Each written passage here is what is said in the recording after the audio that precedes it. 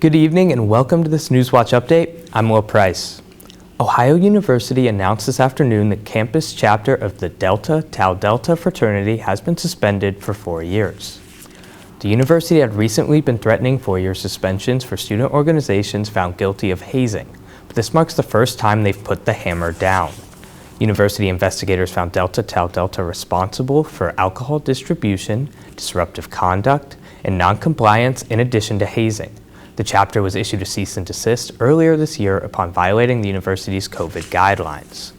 The National Delta Tau Delta organization can apply for reinstatement in 2025. There's an effort underway to repeal provisions in the new 2-year state budget nonprofit groups say will prevent them from educating Ohioans about the voting process.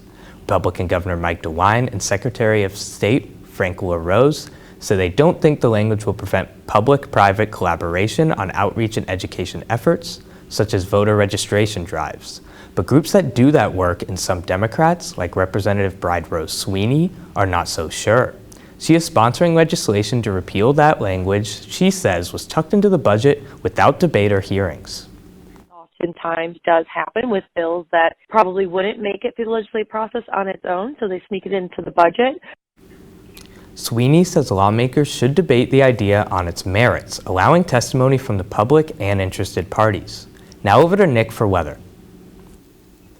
Hi, I'm Nick Veland. Let's look at your weather. Right now it's 76 degrees, 34% chance of rain, so a slight chance of rain as we look at our radar as we get more in depth with the area.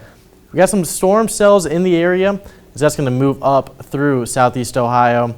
And that's going to be only causing some drizzle here and there, so nothing much to worry about. Looking at our morning commute tomorrow, nice and breezy at 68 in the morning. Not a big chance of rain in the morning, but as we get through the morning, it's going to get a lot more rain as we look at some rain ahead, where it's going to go to Brian Kerp with sports.